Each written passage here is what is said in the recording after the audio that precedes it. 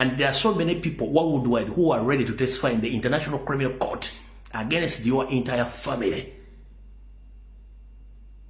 on the crimes against humanity or against Ugandans. So be sure that records are there. Njagadde kuyitira obuyitizi kati kamba twale ggulu. Kati nga sinazanya katambike ggulu. Kansoke mbaweemu ekinyusi kya meeting eyo. Abasajja bano bagenze. Mukimanyi nti omuzungu tayawukana na suuti. Omuzungu ku official visit tayawukana na suuti. Akuba akagato keddagala ne basala akapale kabono pale busala ttaka lya Afrika ne bambala tayi n'ateekako ne suuti.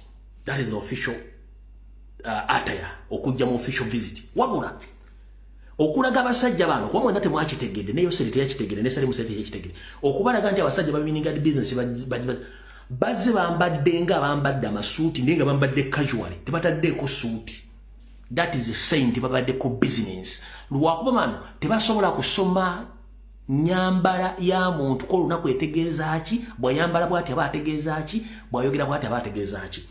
Normally ba diplomats boogera politely era nga bakubuulira ensonga. Osigaza right nga gwali mu nsi yo okayana. Era osigaza right okukola ky'oyagala, but they have all records. One, muka meeting ninako eddakiika 5 nengera bazanyirako eddakiika 1 ne seconds 18 mwemu. Babadde bakyayogera. Andrew Mwenda n'ayimuka n'agamba abazungu lwaki mutumanyira mu affairs zaffe mu Uganda lwaki temugenda managing ensonga zammwe ez'abazungu. Jukira n'abagamba nti addukanya akaunti za Didigi kuliko Balamu Barugahare kuliko Andrew Mwenda ne Didigi yennyini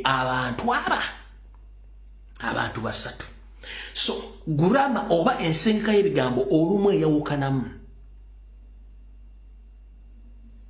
Target ey'omuntu gwe targetinga olumu eyawukanamu. Njagala mugobere Andrew Mwenda nga alumba national platform alumba Kyagulanyi mugende olumu lwakola tweets nga yaziwandiise eza Didigi ni abaziwandiise mujja mugendera message ezivuma ennyo to the extent nga zaagala kuyiwa ntungu ziba za Balamu Barugahare be bantu basatu. Ompulira bulungi nnyo. Kati Andrew Mwenda olw'okuba kati azaala Didigi mwanyina wa Andrew Mwenda.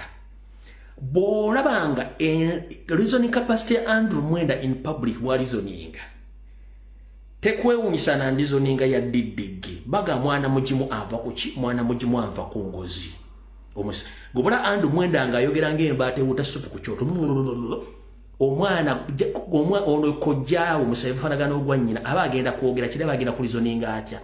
Ono yakaba fulejing ati yasoma ni obwongo butono kubanga bwoba oli mu meeting nga this is executive meeting oba ejaba diplomats tobba muzindalo kutandika kwogera nga tebakuwadde chance to submit olw'okuba alaga kawo mentality nti alina obuyinza naye nga talina position yonna mu ggwanga okuggyako okubeera omunnawe nga nawe ole company yagwa n'asituka from nowhere okulaga position embune he exist. Kino kyalaze ekifaananyi ekyenjawulo nti eggwanga liri mu butabanguko. That means kidnaps, assassinations, torture zonna ziri influenced by Balamu n'oyo musajja Andrew Mwenda. Didigi bamukozesa bukozesa kubanga input laptop bafeedinga mu feedings data. Didigi input laptop bafeedinga mu feedings data kola kino nakola kino kola kino nakola ki. Chobola Salimu Sale yagambye I'll get to talk to my nephew because I think there are some useless idiots the likes of Balamu who mislead him. Lwaki yagambye Balamu katika nkuzanyira kabadde ggu kaddakiika emu owulire kaddakiika emu kenjagala kuba obudde tulina butono kaluwakko kaakano wulira bulungi nnyo weetegereze ebigambo kyenjagala osokolabe njagala osokolabe body language facial expression ekirala kyenjagala nsooke nga sinazanya katambi kano kansooke mbasomere wano kansooke mbasomere abasajja bano badde bajja eggulu Kisawovuga yabadde talina bantu basobola kumubeererawo ku reasoninga kubanga Kisawovuga naye Windows za Pentium kati Kisawovuga yasobodde okuyita kubaaliko abakesi mu government ne ba ambassadors omuyambako ng'asooka kwabaddeko David Pulukolo ono former minister era ng'aliko mu ISO era ne mu government ya NRM yalimuyo ne former ambassador era nga naye wa China bebabaddemu abasajja bayogedde abaddugavu mwade mwebuuza omu ye David Pulukolo yaliko wa ISO kati bebadde basobola okuyita basobola okulizoninga abazungu bano imagine okuyita omusajja gwe mwagoba David Pulukolo former minister ate nga ali wa ISO ne mu NRM government kwali kubaddeko n'omulamu Mwamita Edro ngone former ISO spy ate nga former ambassador mu China bebasobodde okuyita babayambeko kubanga bebalina IQ bebalina nenga babagoba badda ku mirimu bebasobodde okuyita okubayambako okulizoninga n'okwogera n'abasajja bano naye Pulukolo yabagambe openly sisobola kubeera mu office ngeya Didigi mwali neekola ebintu by'ekikafu bikyamu yabavuddemu kussa n'abakuba omuggo kyokka go bayisa abataasa n'abakuba omuggo kati kawulire What we try to convey is we are worried about the reputational damage that this is causing in this country. And we would really, really like to see somebody, and not only Norbert Mao, speak out against this and say, sorry, this is a red line, you cannot cross it. But nobody does. And that is what's worrying. Why does it become the responsibility of the government in Germany or Britain or wherever to ask Uganda to leave its own ideals? You could perhaps be asking, does the German ambassador ask the US government to leave its own ideals? They say the America doesn't leave. Yes, we do. Well, we have not seen you issue lectures. The Americans.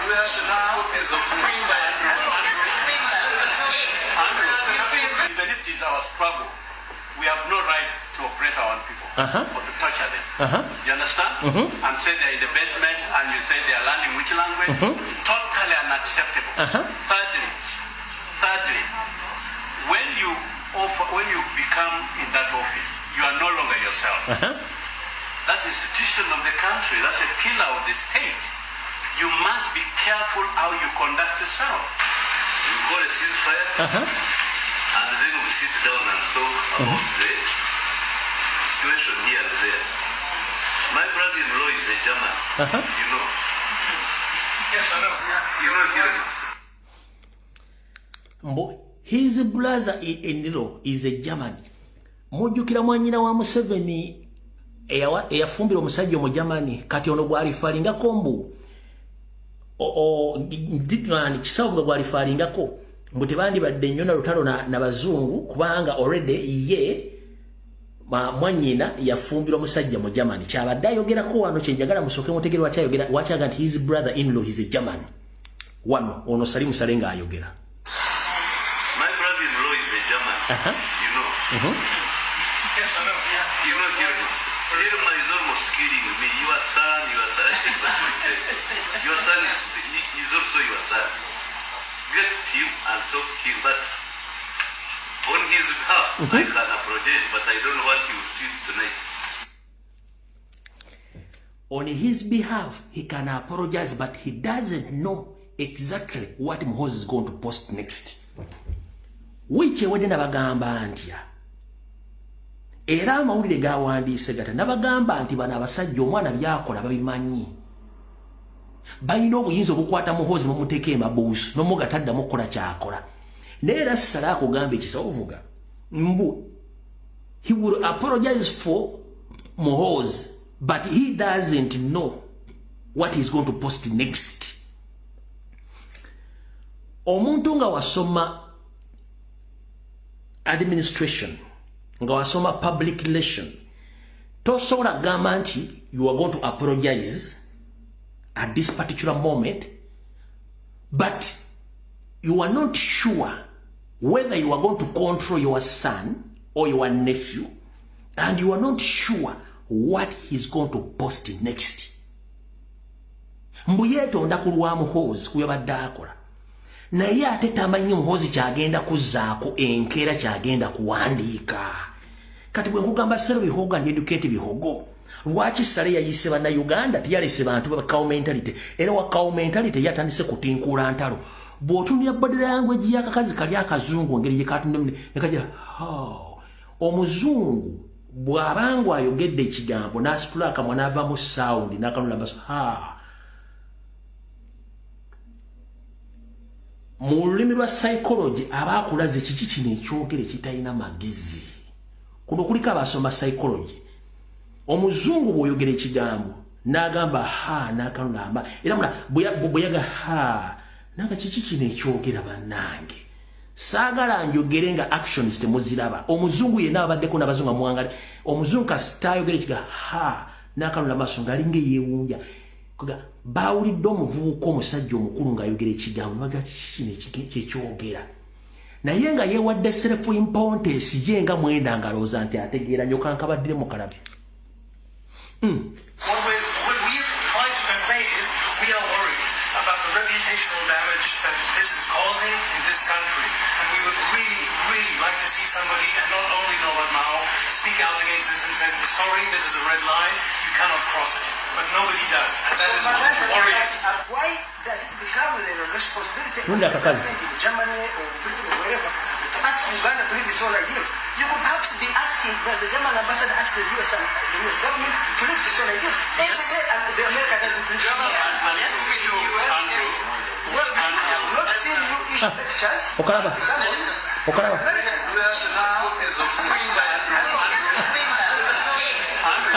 If it is our struggle, we have no right to oppress our own people or to torture them.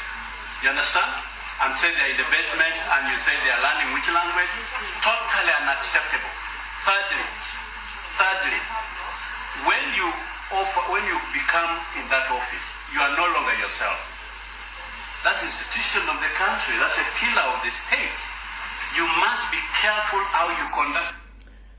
Kati banyabo ne bassebo. Abasajja bano bagambye nti ebikolwa muhozi byakola bigenze ku layini esembayo emyufu ekiyinza okuviiramu okuyiwa omusaayi kw'abantu. Mwenda bwe yaviiriddeyo n'ayogera nga tebamuwadde kazindaalo. Kyovula abazungu bagera kiki kino ekyogera. Omanyi omutwe agusalako enviiri naye ng'omutwe mukalu. Mwenda togenda mu saluuni kusalako omutwe nakwambala galubindi ng'omutwe mukalu. Enviiri zirekereko dda tutegere nti olina enviiri. N'okwambala galubindi ng'omutwe mukalu tekikola amakulu. Owulira gwe ssaawa zino olw'okuba mukyalina obuyinza obwattiriri abantu bakugamba weefuula nnyo ow'ekitalo toli wa kitalo Mwenda era tolina ky'oli. Emmere ogira lwakuba nti mwannyoko yazaala muhoozi nene weerabira nti ani yatta mama muhoozi yali mukoddomiwo Yoseri Nnyandu Tibahamulwa n'oyo yennyini kisa ali awo olukwa lumanyiiko kubanga lirizise nti omwana oyo gw'olaba omwana wa musalimusale kuba nakyogera omwana si wa Museveni kyobula nti ono Salimusale yabaakinga ennyo muhoozi. Ekyo kyama bakirina bakimanyi bulungi nnyo kanduza mutegedde bulungi nnyo. Kati UPDF bwemala okulaba ebintu bino byonna olwo EU yalinkinga information nga bagenda kwata kyabula n'emisango gy'omutaddeko kyekivunaanya ambasada wa Germany nti ambasada Germany nti balinkinga information nga balinkinga information nga bagenda kutta Kyagulanyi mu campaign trolo ekisolo mujjuki abaliwo munziju abaliwo mutekano comment ndi mwaliwo.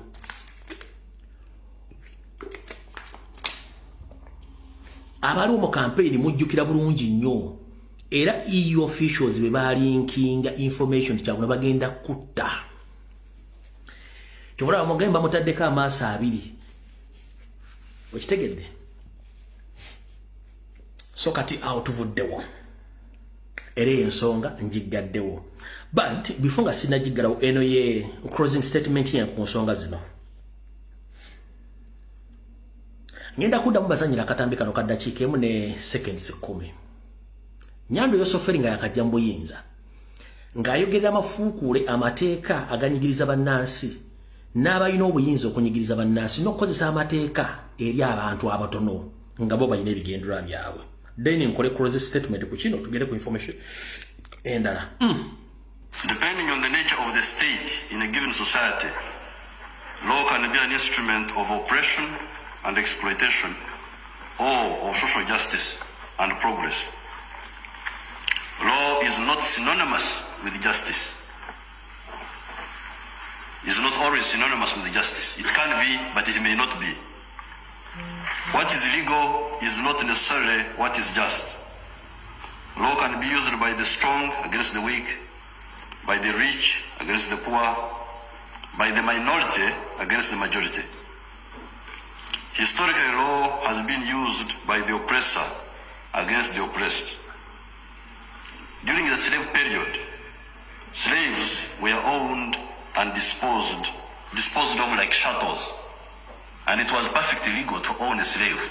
The NRM government is strongly opposed to having laws on our statute books which serve the interests of the minority as against the majority of our people, or which... All right. This is my closing statement towards Museveni's family.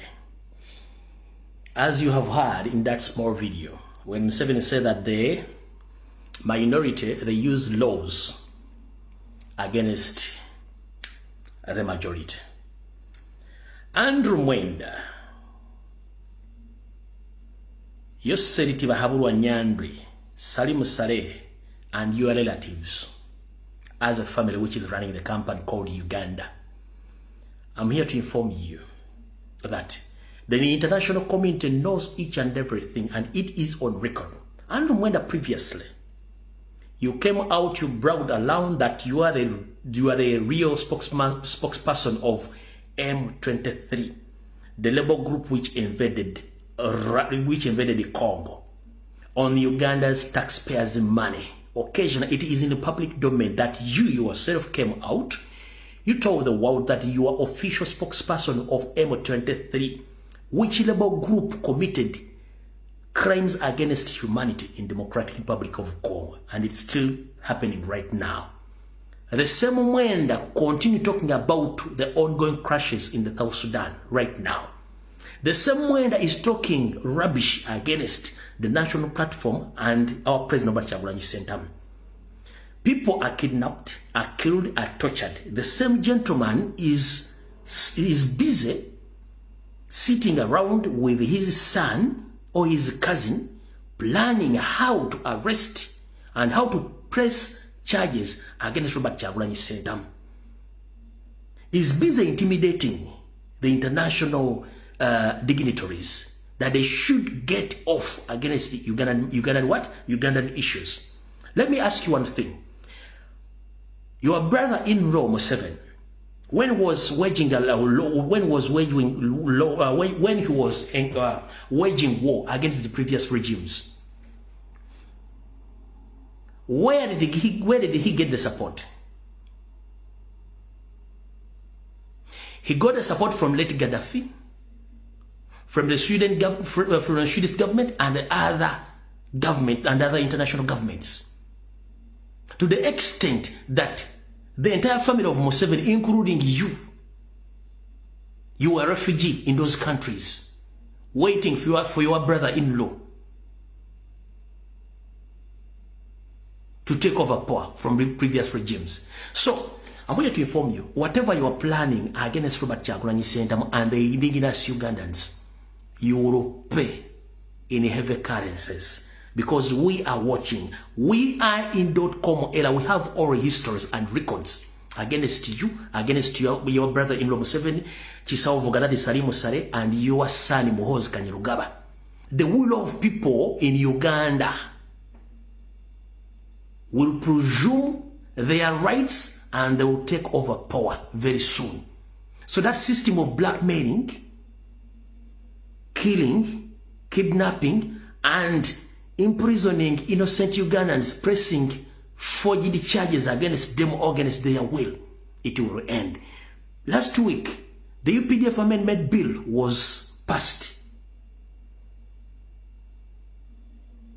Which bill is against the will of people?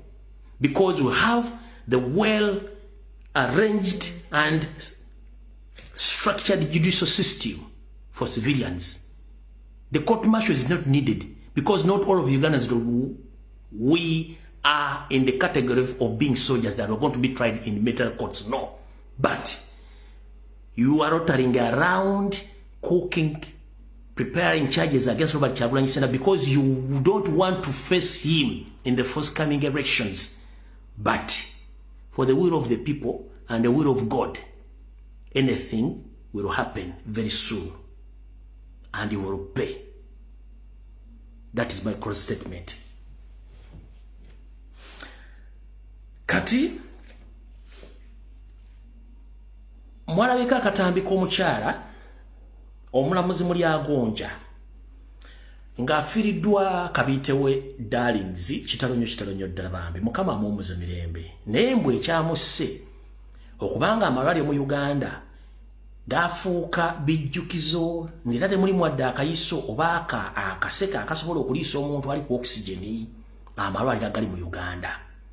Naye nganze bwenkola okunoonyereza n'enkuleetera ebintu ebyo njagala oteeke nnyo obwongo bwo wano wetulaga muli agonja kuno bakuteekeko kwoli kansooke nkuzannyire akavidiyo kamukamaawo ayigigi bete tuli omwe namisango kamya ng'ayogera amafuukule nti bo abakozi ba gavumenti tebalina buzibu batwale bwe babajjanjaba mu bannayuganda bo mumanyi ebizibu byammwe ebizibu byatebibakwata kumama muli agonja naawe okola mu gavumenti naye ngenda kugirayo ekyama nga bannayuganda kibadde tebamanyi naye yabadde akusaasira ayinza okuddamu nakukolera akavidiyo ng'akutwalaganya kati kano katambi kannamisango oli awe yayogera.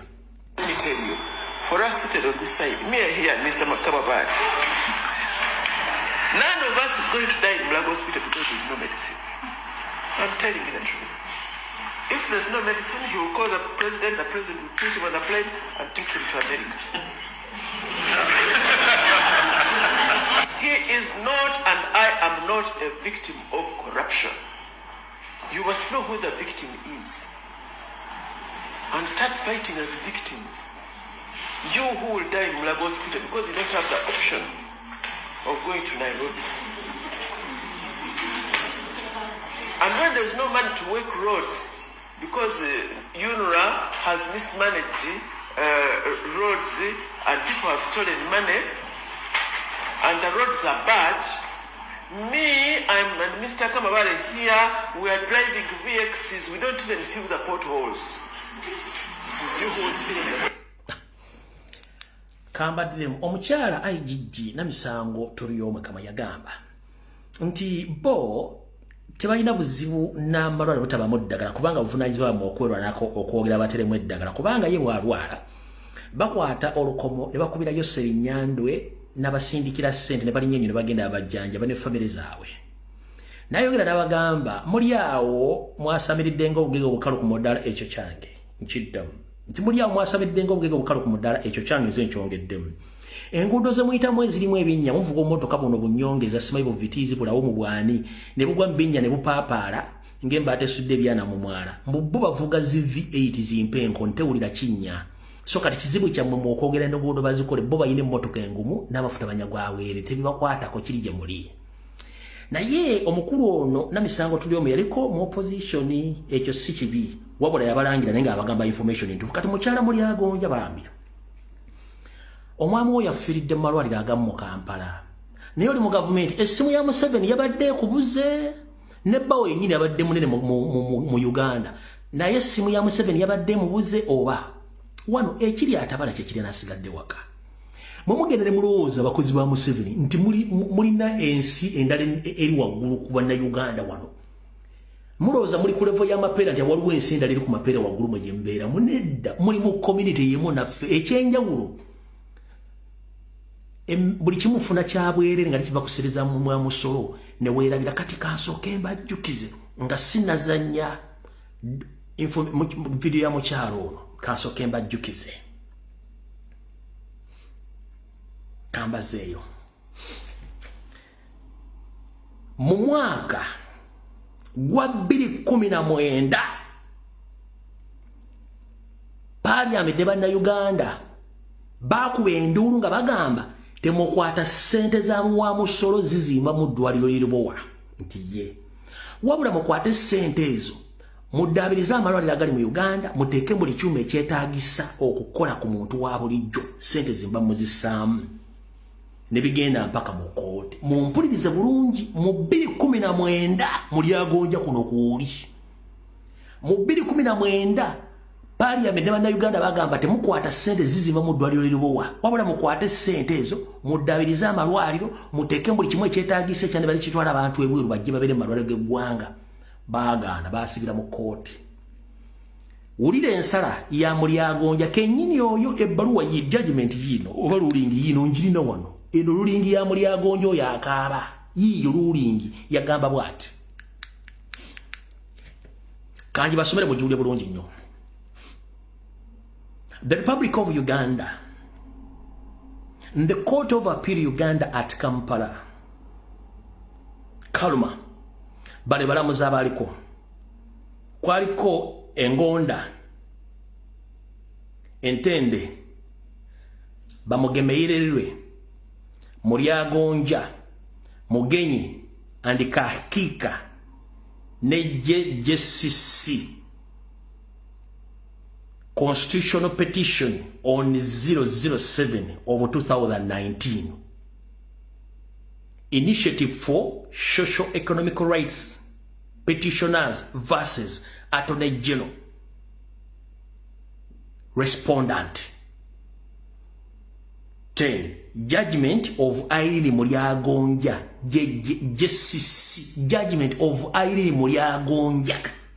Oyabadde akabange enterengeddero oyo mbobo yafidde mu ddwaliro eno ye judgment uliya bye yawandiika mu judgment ye yagamba what this petition was brought under the article 137 of 1 and 3 B and 4 of the Constitution of the Republic of Uganda and the Constitution petition reference Rule S1 of 91 of 2005.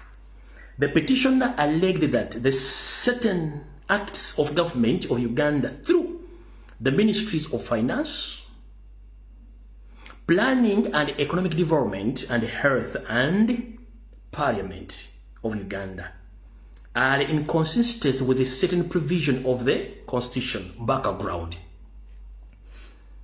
The background of the petitioners grievance as it could be disconcerted from the petition is that sometimes in February 2023, Finance SRL made a proposal to His Excellency the President of the Republic of Uganda to build, manage a specialized hospital facility at Entebbe Grade A hospital. And the Uganda Cancer Institute The president directed that the ministries of Health and Finance, Planning and Economic Development to negotiate the project and its financing. On 27th of January 2016, the government of Uganda entered into a project service agreement with the International Specialized Hospital of Uganda Limited and undertake the operations. Na wakajja banda Uganda bonna nakkiriziganya ne Yoseri okudaivatinga sente bazimbe mu Lubowa. Nakano kanka basomere. In this petition that challenged the Museveni's regime choice to invest money in Lubowa Hospital, instead of the actual hospitals like Mulago, Irene Mulyagonja's ruled that it is up for the government to decide how to spend. Mukusala kwa omulamuzi we kennyini ebadde akabange enterengeddero lenti egitwala mu bbaagiro omukyalo ono yagamba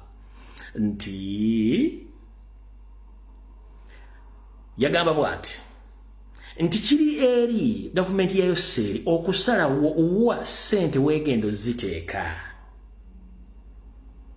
yo nga yo weeyagala ziteeka naddala mu kuzimba amalwala kyebeeyagadde.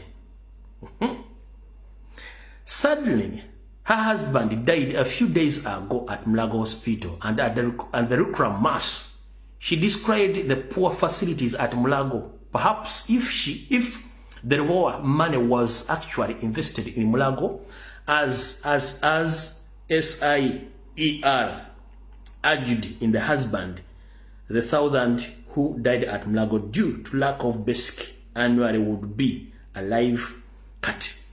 Omukyalo no yawa ebetu Museveni okozesa sente aziteeka eriwo zababba ne bagana okozesa sente oziteeka mu malwaliro bawo yafiridde mu malwaliro nga abunda so singa yakola okusalawo kwe nga ye mu kusalawo kwe n'agamba sente baziteeke bateeke balongosa amalwaliro bateeke buli kyuma kyonna ekyetaagisa ekiri ku mutindo gw'ensi yonna bawo yandibadde mulamu ne bannayuganda abala bonna bandibadde balamu nga tebafudde. Kati maama bwakoze vidiyo ng'okaaba munnange bannayuganda bati bakumanyi nti wali musango ogwo 2011 tetukola propaganda twagala kujjukiza bannayuganda kubanga history tumulina boti bwayogedde ng'okaaba kanzijira katambi kano gwe kenyini biribigo byoyogera walina obudde ng'otudde mu chambers zo okugaana Museveni okukozesa sente z'eddwaliro sez'omusolo okuzizimbamu eddwaliro bwati bwe yayogedde.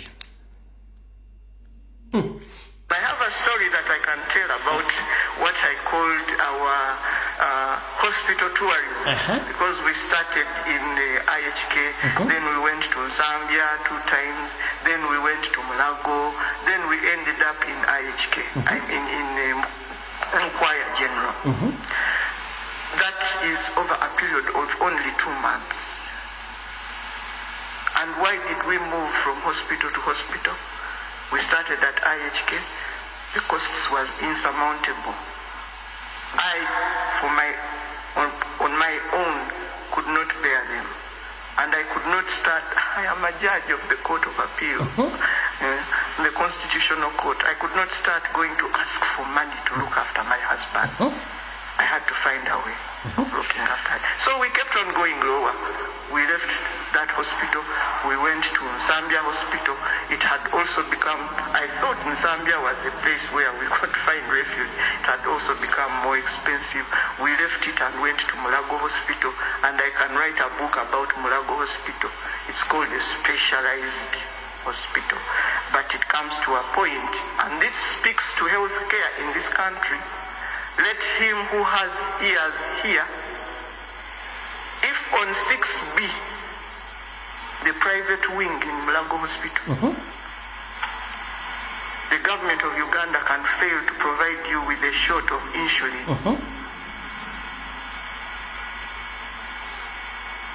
And on the same 6B, you can fail to find an NG tube. You know an NG tube? These tubes they use to feed people. At the end of his life, Mr. Kafukoza failed to eat. But you can come to a day where they tell you, oh, we are going to put an NG tube. Someone comes in the morning and says, oh, we'll put an NG tube. It disappears. The next person comes on duty and says, oh, we are going to put an NG tube, and he disappears. Then finally in the evening, someone comes and says, you know what? We don't have Mulago National Specialized Hospital. And I have to say this, John would not forgive me if I didn't say it, because he fought for the rights of others. I too have fought for the rights of others. It's my passion to fight for the rights of those who...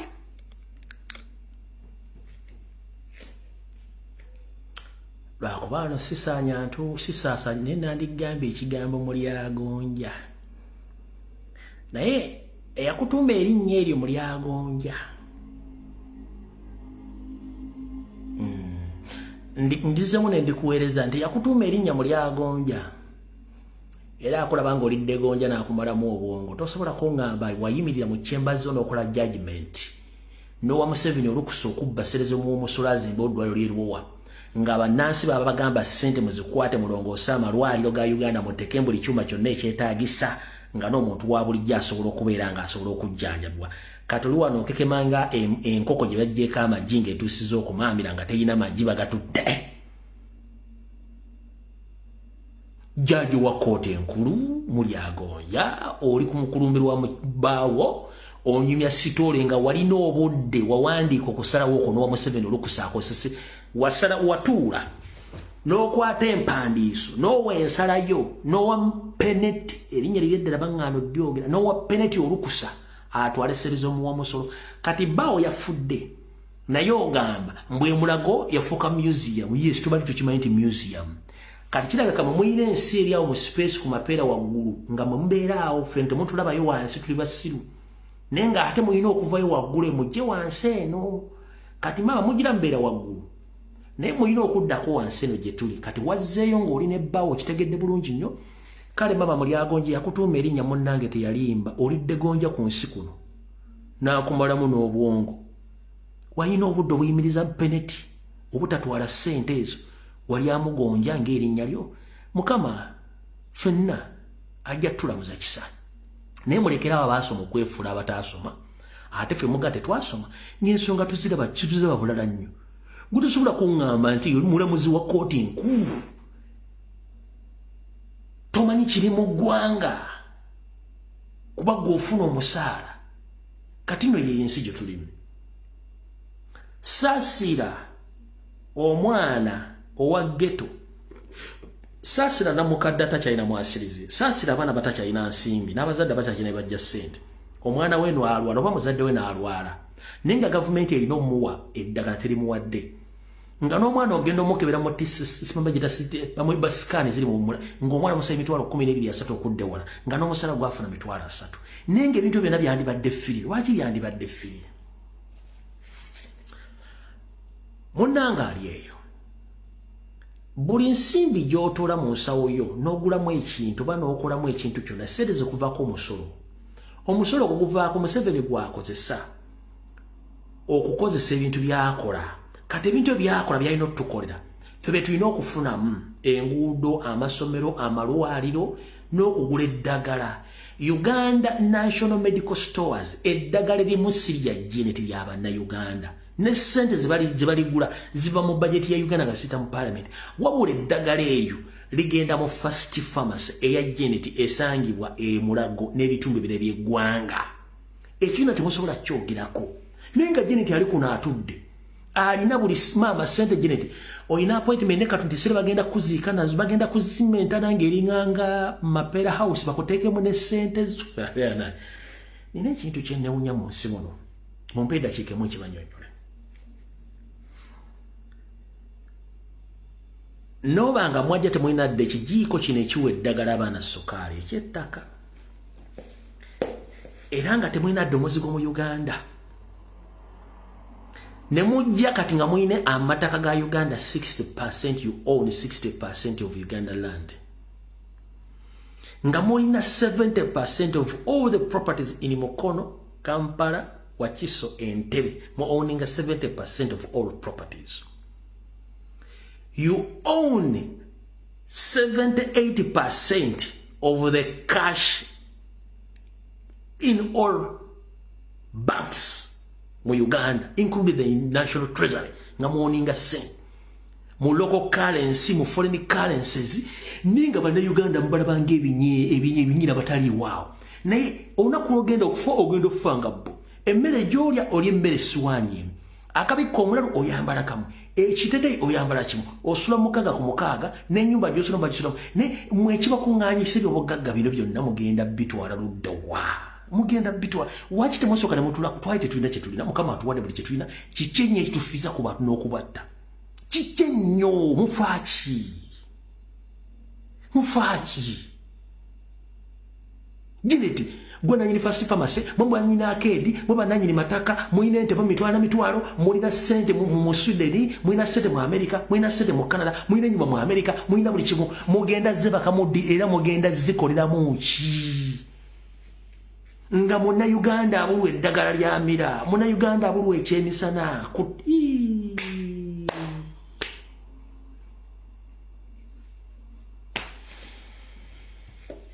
Batadde muli agonja munnaye kutumiddeko kitalo nnyo ekyabbaawo naye okalya ddakaddadda envunyo girira mu katiko nekulina mu kofini neekubwebwena walina omukisa oguyimiriza ekintu ekyo wawa Museveni mukisa kati naye bw'onoolwala ate n'ekirala muli agonja n'abala. This message goes to you. You are not among the Bihogo family. You are Kamwanyi family. My fellow Ugandans, if you don't belong to the Hogo family, you are not among them. You belong to Kamwanyi family. There is a difference between the Bihogo family and the Kamwanyi family. Kamwanyi family, it's with the indigenous. We are not related anywhere. These are Bihogo family. They move around with their cow mentality. The Kamwanyi family, it's with the indigenous. To make matters worse, even they took our families, the Kamwanyi family. They control the Kamwanyi family now. So Moria Gonja Azigonja, you don't belong to the Bihogo family. Chiriwa Chiwanuka and the others. Sijui nani temuli ba Bihogo family, muri ba Kamwanyi family. Ira Kamwanyi kali wona katiba katwala. Tuvuddewo katugende ku nsonga endala. Obudde budduka nti obudde budduka. Obudde budduka.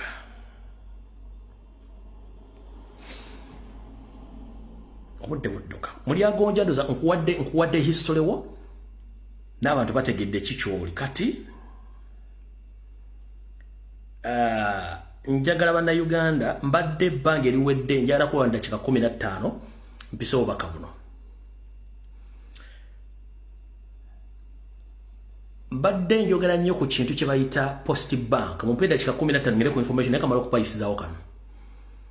Muna Uganda inango ina sente mu bank agenda ozijjeyo. Kino kyogero muludi okusembayo. Muna Uganda inango ina sente mu bank agenda ozijjeyo. Emyezi ebiri mwe mbadde njogera ku nsonga za Post Bank Uganda. Bwoba olina sente mu Post Bank agenda ozijjeyo ojjeyo ne ebintu bye wateekayo ku musingo ng'osaba loan. Eno banka yagwa lwakuba tebaagala kibagamba lwaki.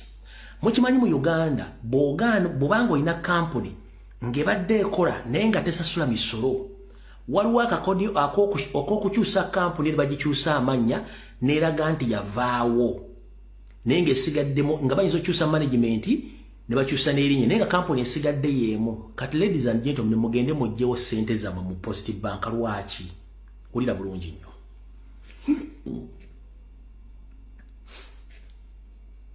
Mukulu Fred Lumbuye kansubira oli bulungi nnyo. Je baliko gy'otuusaako engalo. Bwe bali kwagala ggwanga lunakulirwanirira. Emyezi ebiri n'ekitundu emabega obadde oleebuukana ne Post Bank ku bunafu bwayo n'obufere n'obubbi obusudde ensimbi zaayo ne bakasitoma bayo okutandika kukwatambula towange entulege. Nga kivudde ku nzirukanya embi eya banka eyo ng'ate banka eno zimu ku za gavumenti zibadde zisigadde. Otwogerera banka eno yandibanga eri mu nteekateeka yakubba bantu ng'egenda kukyusa erinnya. Kansubire nti oli bulungi, nzikiriza nkutegeeze nti mukabanga mpawe kaaga mukabanga katono nnyo okuva olwaleero ngenda kuzomweza 23 mwezi okutano 2025. Banka yammwe eya Post Bank Uganda Limited egenda kukyusa erinnya lyayo efuuke Paro Bank. Kakiddemu luzungu. Greetings, Comrade Fred Lumbuye. Hope you are doing fine. It's now 2.5 months since you started exposing Post Bank Uganda. Post Bank Uganda is the only bank which is owned and controlled by the central government. But right now, as it is,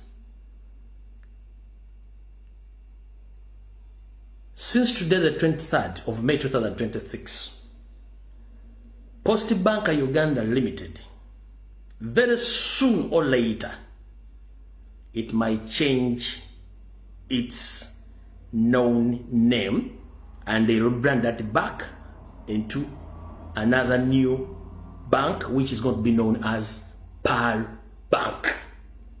Muda bulungi nnyo. Kati gwabadde alina ssente zo nga ziri mu Post Bank wefuuka Pearl Bank wayinza okubaawo teziriiko. Ogenda kububanjani nga teziriiko. Maze emyezi ebiri n'ekitundu ng'ambaga ebintu bya Post Bank bino nga temuwulira mwebuzaabuza. Buli lwe nzija ne njogera ku kigambo wano, making sure nti you pay attention to details. Ebisigadde tebinkwatako. Tekikyali kyama newankubadde ng'abagiddukanya abakulemberwamu Ssaabafere agiddukanya mu Julius Kakeeto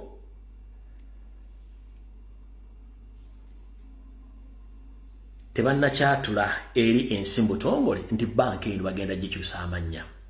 Mukulu Fred Lumbuye kansuubire ojjukira emboozi yonna gyenzize nkubuulira oba gy'ozoobuulira abantu ku Post Bank.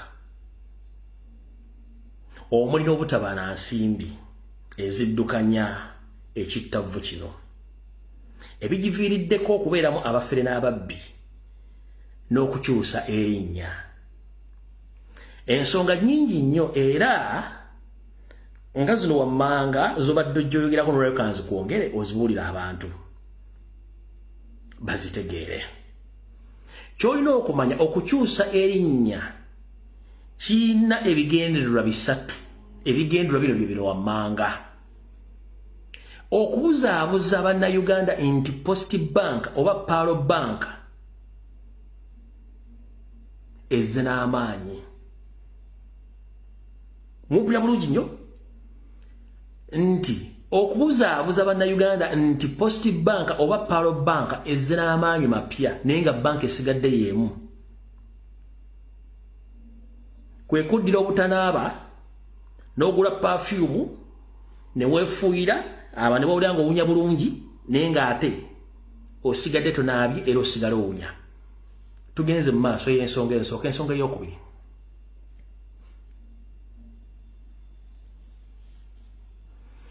bagenda gyeyambisa okukubirako ssente endala ezigenda okukola akalulu ka 26 kubanga leero bakimye balansi eyasigala ng'akalulu ka 2021 kawedde. Nzijukiza nti ekizibu ky'obutaba na ssente ziwolebwa kyatandika 2019 nga Kakeeto Julius azzenga managing director. Ssente zaava mu banka eno ne zitwalibwa abakulu. Ku nsonga eyokusatu, okusanya obujulizi bwa PDM. PDM yenkola Nyando Yosoferi gy'abadde atambulamu okwetola eggwanga lyonna ng'alambula akwata obuwumbi 3 bw'akozesa olunaku n'agenda n'alambula embizi 2, emu ennema endala ya lubuto endala terina liiso. Ebyo byange naye ng'ate mbirabyeko mpapula z'amawulire. Nyando Yosoferi akwata obuwumbi 3 olunaku bw'akozesa n'agenda alambula embizi emu ennema endala terimu liiso endala ya lubuto. N'alambula embuzi 5 endala ina kwashako endala ya bitanga endala ya konziba naye ng'akozesezza obuwumbi bumeka. Mu nfunza agenda okulambula project ezitaweza miliyoni 5 ng'akozesezza biliyoni meka 3. Gwe tugambira sell bihogo and educate what? And educate bihogo. Tuvudde waawo.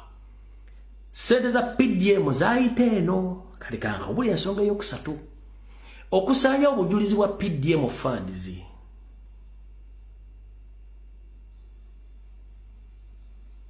Nkusuubira nti oli mwerabize Fred. PDM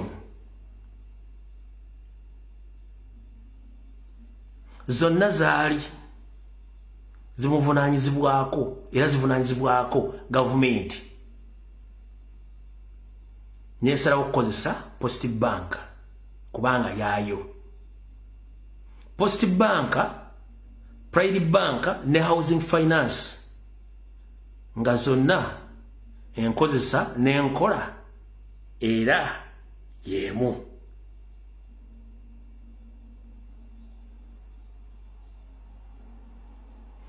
Weebuuze Wendi yaani why? Weebuuze Wendi yaani? Nzize njogera ku Wendi ono. Post Bank etugamba Wendi yaabwe. Kati bw'otugamba nti tugulewo Post Bank, Wendi asigadde atya?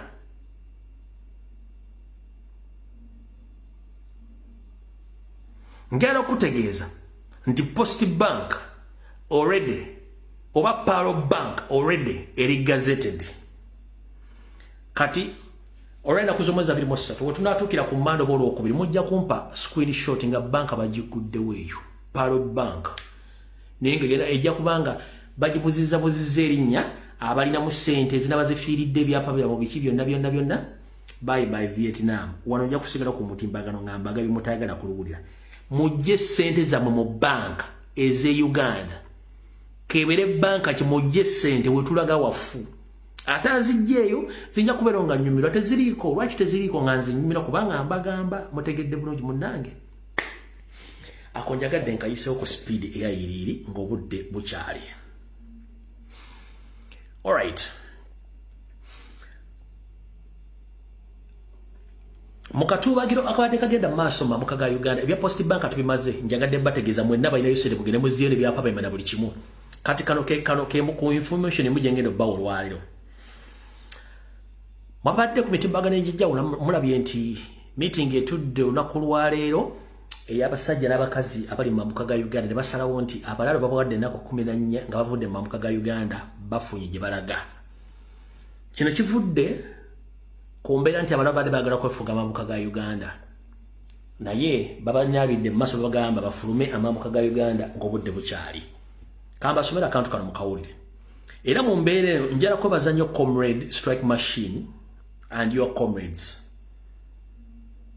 And I would like to take this opportunity to thank my Comrade Strike Machine and other stakeholders and leaders in the northern part of Uganda. Thank you very much for working hard to make sure that these Balaro, they vacate the northern part of Uganda, because that land belongs to you, not to any foreigner, mostly the Balaro. As we speak right now, this is the breaking news. Just in.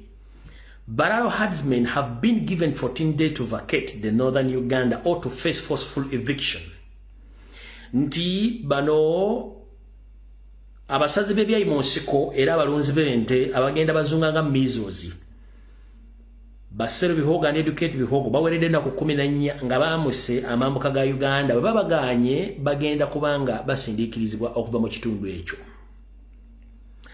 The ultimatum announced on May 23, 2025 by State Minister for Northern Uganda, Mr. Kenneth Omona, who was flanked by the 4th and 5th Division Army commanders, target 759 herdsmen with over 9,000 heads of cattle. Omona made an announcement during the press briefing at the region office of Prime Ministers in Gulu. Bakugambye nti kino kituukiddwako era kyanjudde olunaku lw'olwenda kuzomaza 27 mwezi ogwokutaano omwaka 2025 Minisita Ombezi akwasaganya ku nsonga z'amambuka omukulu Kenneth Omona nga kino bakituuseeko oluvannyuma lw'okuba nti batudde n'abaduumira ebinja ekyokuna n'ekyokutaano eky'amagye nga bakomandaazi bano be baduumira ebikwekweto eky'olusanvu nga bagezaako nnyo okusindiikiriza abasazi b'ebyayi bano mu nsiko saako abalunzi b'ente bano nga balina ente esukka mitwalo 9 gye batambula najjo. Omukulu ono Omona agenza okukola ekirangiriro kino bakikoze nga bali mu lutuulo lumu n'abaduumizi b'amagye mu bitundu ebyo nga baliraanye office ya Ssawa Minisita mu bitundu by'eggulu. Kati mwabali mu Buganda mutandike okwebaka ng'ebitundu byabirirwanako mmwe nga babatwalako ebyammwe nga mulowooza nti ensi teteredde. Aho tuvuddewo tuli mu bwangu nno. Sigadde dakiika mmeka? Sigadde dakiika 10. Ndowooza katubiyitemu wano mangu ebisigaddeyo tubiyite mangu. Alright. Mwenda bannayuganda abadde balaba ebintu ku social media nga bitambula mu masomero ag'ebbeeyi, abaana baleeta zirambogini, baleeta zirenjirova, simanyizi promu, bawa baana bannabwe ebirabo, baana baleeta ensimbi. Kati ekintu kino baali bakikozesanga akakodyo k'okusikiriza n'okulaga nti mu Uganda ensimbi weeziri mu abaka bamukabi byammwe te balina kye baakirabyemu kyekiruwa. Museveni ne banne batya buli kimu. Bawandiise article mu New Vision munda nga temusobola giraba. Naye ng'ekyasinze obbatiisa okukola ensonga zino okugyawo kasasiro ono kyavudde ku baana abato emijiji emite gibadde gikuba campaign masomero ajo nga buli poster gye bakuba tewaliwo omwana akuba poster nga ya NRM bakuba za national platform ku bwesimba kamala okunywa ku mazzi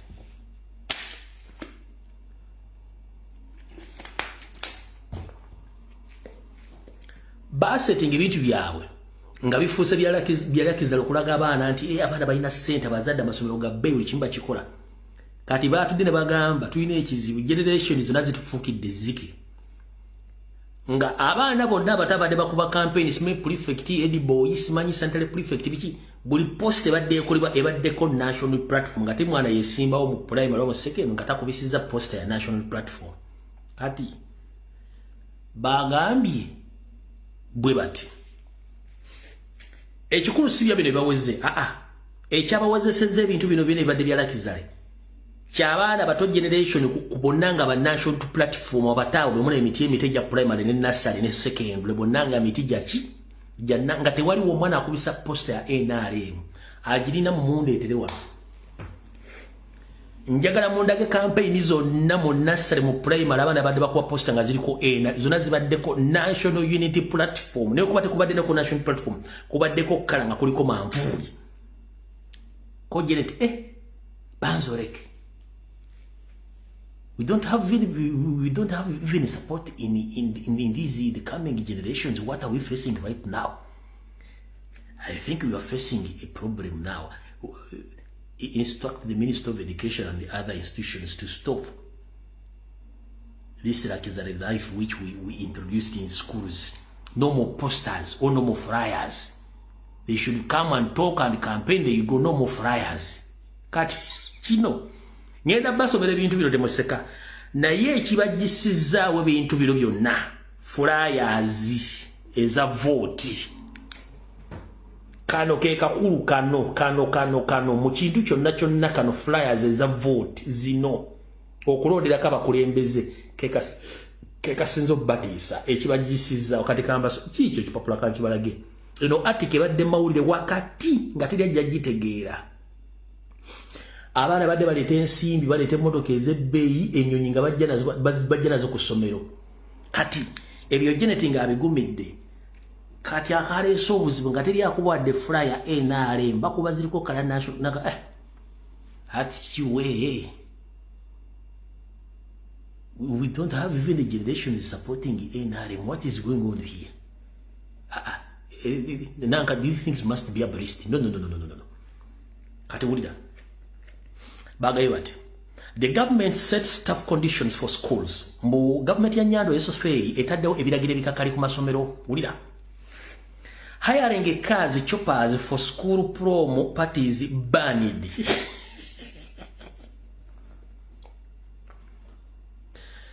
Government ya Nyando esoferi etaddewo ebiragiro ebikakali ku masomero. Okupangisa emmotoka ez'ebbeeyi ennyonyi mu promo z'amasomero mbagirawo ziwereddwa nga nina bugisi mufungize. No posters stroke of flyers in campaigns of learners. Tekyali kukkiriza posters akekakulu byonna. Schools to lose license over display of health of students. Nti essomero libajjadde ijjakola license singa ligezaako okulaga omuyizi binyonkondo oba obugagga bw'omuyizi omu nga binyonkondo. Ekyo nakyo bakiweze. No paying for bringing food during visitation day. No paying for bringing foods during visitation day. Mbu tewali kusasula kuleeta mmere ku lunaku lw'okukyalira abaana ku masomero. Tugenze.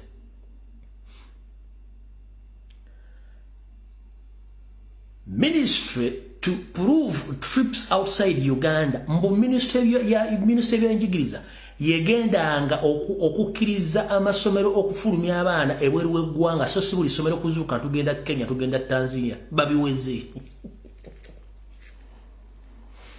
Nursery schools, primary school learners banned from foreign trips. Amasomero ga nursery nagaga amasomero ga nursery naga primary abasomi bonna bawereddwa obutaddamu genda ku ngendo zifuluma buli waggwanga bawereddwa mbagirawo ulida.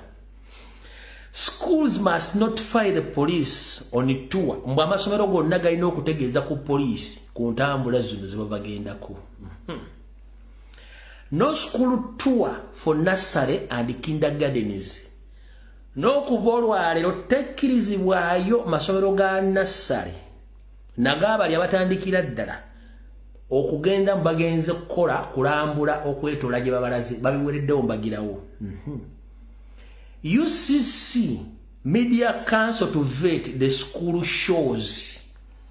Uganda Communications Commission ne Media Council efuga Uganda mbu bakwekennenyanga n'okulondoola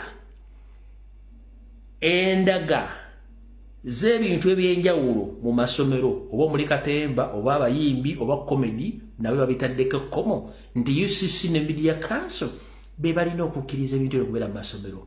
Kati ndowooza olaba akatengo. Mujjukira amasomero gande gafuuse nga bivulu nga bayibi bagenda bibivulu ku masomero babitaddemu akagatto. Naye eno article bagitadde munda w'amawulire otosobola giraba. Naye ng'ekikulu kya byonna si bino lakiza life. Kubanga abaana abalina mu masomero gono abazadde baba babeesobola kano kokka kubanga mbabulya from my reliable sources kano ke kaleese obuzibu.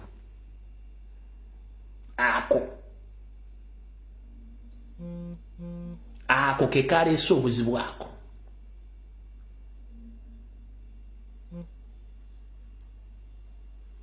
Lwaki teri mwana akabere wa kindergarten agamba monteke ku kipapula kya yero teri.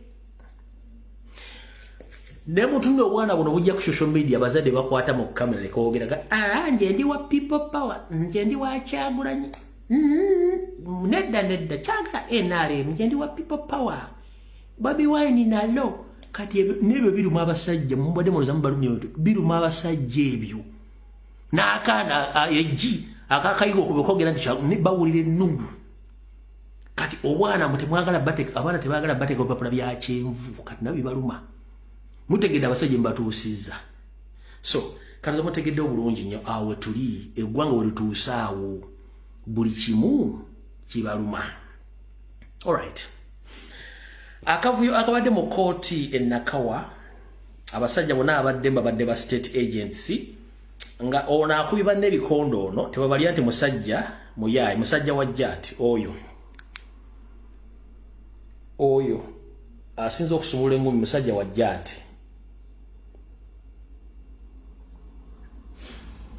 era nga amanya ge kanga bawe.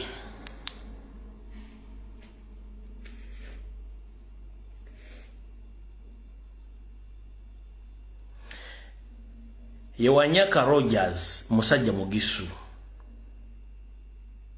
Yewanyaka Rogers oyo abadde asinza okuba engumi muki mu kooti Nakawa.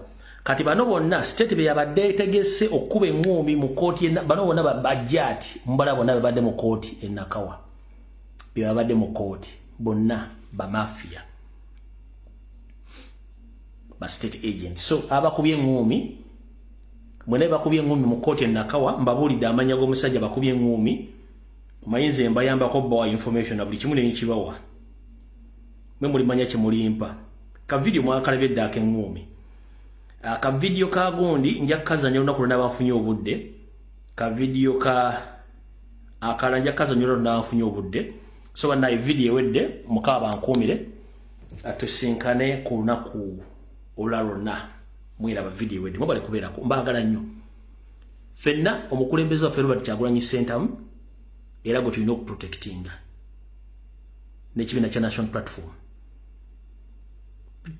Platform free entry free exit bw'owulira ekulemeredde oliwaddemu fuluma ate nagwo okabiridde mbw ate nnemeredde nno nkiddamu National Platform free entry free exit bw'owulira ekulemeredde fuluma bulungi kubanga tewalina wawandiika ng'ojja era nawo noba ogenda ofuluma bufulumi totunotisingako genda mpudde bulungi free entry free exit oyingira bwereere era ofuluma bw'owulira ng'ekulemeredde